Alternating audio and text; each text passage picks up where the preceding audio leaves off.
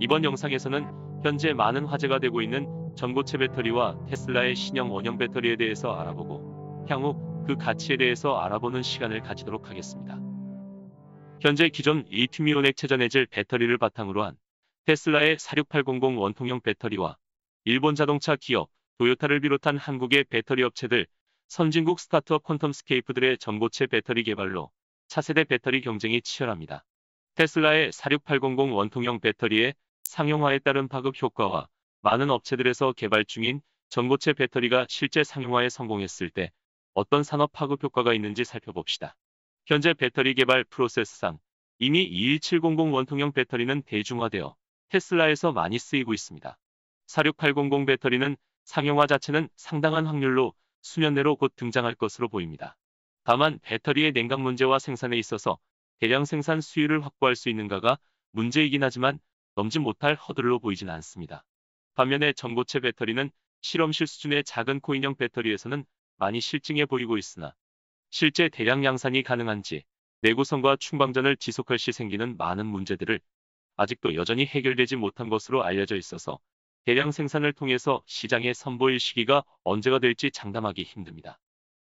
일단 테슬라의 46800 원통형 배터리부터 살펴보자면 46800 배터리는 테슬라의 새로운 전기차 플랫폼, 이른바 배터리 모듈, 차량 프레임 일체화 기술로 기존 21700 원통형 배터리보다 상당한 에너지 밀도를 가질 것으로 보입니다.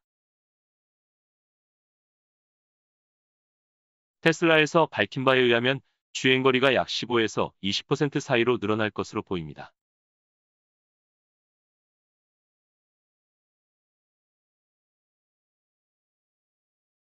이 46800 배터리가 성공해야만 향후 사이버 트럭이나 세미카고 트럭이 성공할 것으로 보입니다. 기존 21700 배터리로는 사이버 트럭이나 세미 트럭과 같은 대형 화물 트럭류에서는 배터리 무게 대비 에너지 밀도가 너무나 비효율적이라 차량의 주행 가능 거리에서 모델 S, 모델 3에 비해서 형편없이 떨어지기 때문입니다. 현재 테슬라 공식 홈페이지에 적힌 상세 스펙을 보면 사이버 트럭의 듀얼 모터 버전은 480km, 트라이모터 버전에서는 800km 이상 주행 가능하다고 합니다. 이는 현재 21700 배터리로는 도달하기 어려운 수준이며 향후 46800 배터리가 필수적으로 차량에 장착되어야만 도달 가능한 주행거리입니다. 또한 테슬라 세미트럭의 경우 무거운 화물을 운송해야 할 카고 트럭이므로 더욱더 에너지 밀도가 높은 신형 배터리가 필요한 것입니다. 21700 배터리 시스템으로는 100km 이내 근거리 화물 운송만 겨우 가능한 것으로 알려져 있습니다. 그것도 무게가 많이 나가는 화물을 실으면 더욱더 주행거리가 얼마 되지 않는 것으로 알려져 있습니다.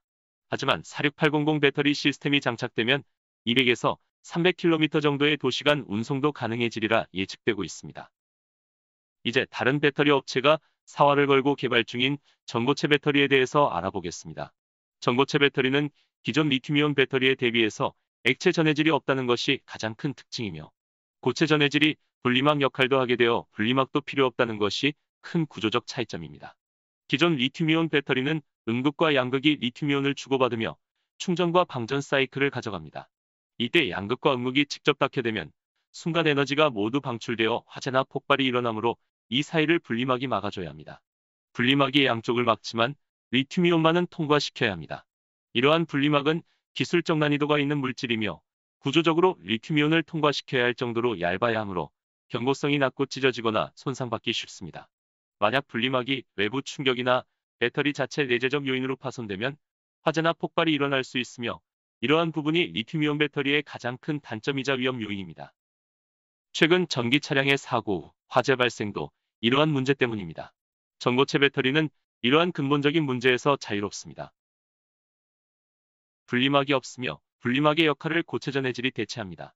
액체 전해질이 없고 고체 전해질이기 때문에 유액과 분리막 손상으로 인한 양극과 음극의 단락 문제와 이로 인한 화재, 폭발 확률이 훨씬 적어집니다.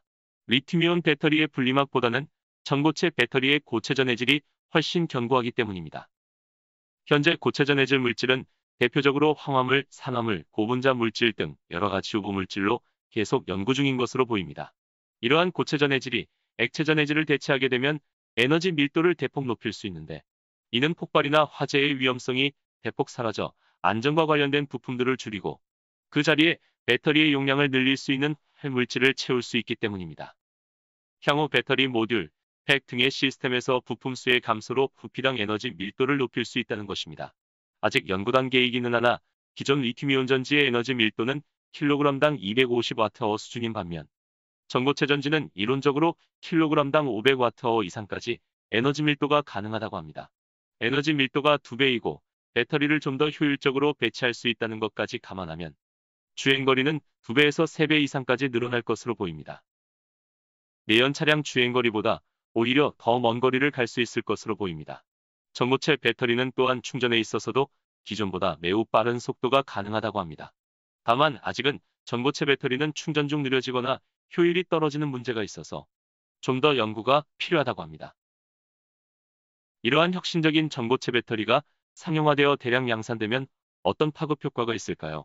기존의 승용차에서는 물론이고 많은 운송 분야 및 전자기기에서 혁신이 일어날 것으로 보입니다. 우선 테슬라의 세미트럭에서와 같은 대형 운송 차량은 이제 먼 장거리 도시간 운송도 본격적으로 가능할 것으로 보입니다. 뿐만 아니라 기차도 배터리 전기 기차로 다시 개발되어 새롭게 대중화될 수 있다고 보고 있습니다. 기존 전철을 비롯한 전기로 가는 기차들은 철로를 따라서 전력 설비를 같이 깔아야 해서 엄청난 건설비와 유지비가 필요했으나 이제 고밀도 배터리를 장착한 기차는 오직 지나다니기 위한 철로만 깔고 전력 설비는 필요 없어지므로 엄청난 건설비와 운영비가 절감될 것입니다. 다양한 형태의 철로와 기차가 창의적 아이디어로 나타날 것으로 보입니다. 선박도 전기로 가는 선박이 선보일 가능성이 있습니다. 현재 전 세계적으로 온실가스 감축은 선박도 예외일 수는 없는데 선진국을 중심으로 이러한 선박에도 친환경 규제가 높아질 것으로 보입니다. 모터와 배터리 중심으로 움직이고 선박의 상부 구조물에는 태양광 전지를 깔아놓는 미래형 선박도 예상해 볼 수 있습니다. 전기로 움직이는 전기 모터 비행기도 생각해 볼 수 있습니다. 지금도 전기 모터와 배터리로 날아가는 비행기는 있습니다만 소형 실험기 수준의 비행기이고 비행 가능 시간과 거리가 극히 짧습니다. 전고체 배터리는 향후 전기 모터와 제트 엔진이 혼합된 하이브리드 비행기 개발을 가능하게 하는 기술이 될 것입니다. 하이브리드 비행기는 높은 효율로 항공료를 적게 소비하며 항공기 소음도 획기적으로 줄일 것으로 보입니다. 항공 드론도 운항 시간이 엄청나게 향상이 됩니다. 개인용 및 상업용 드론들은 채공 시간이 낮은 게 단점이었으나 이제 30분 이상 1시간에 장기 채공이 가능해서 활용도가 훨씬 더 넓어지고 더 넓은 지역과 더 먼 거리까지 활용할 수 있을 것입니다. 전고체 배터리는 또 한 가지 의외의 곳에서 굉장한 수요처가 있습니다. 바로 군사용 무기 및 군용 운송체제 분야입니다. 특히 잠수함은 매우 중요한데 기존 디젤 잠수함은 원자력 잠수함과 비교해서 디젤 엔진을 돌리기 위해 일정 시간 수면 부상이 필수적입니다.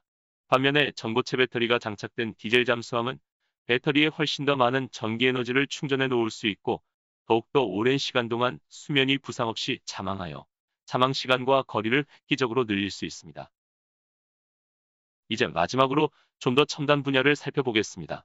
바로 로봇 분야입니다. 미래의 가정용 로봇이 생긴다면 전고체 배터리는 필수일 것입니다. 가정용 로봇은 안정성이 최고로 중요시되는데 전고체 배터리는 화재와 폭발 위험이 매우 낮아서 가정용 로봇의 에너지 저장 장치로 딱 알맞습니다. 요즘 각광받고 있는 수소 연료전지도 가정용 로봇에게는 사용하기 힘듭니다. 사람이 사는 방안과 거실에서 활동하는 가정용 로봇이 수소 탱크를 장착하고 있을 수는 없는 노릇이기 때문입니다.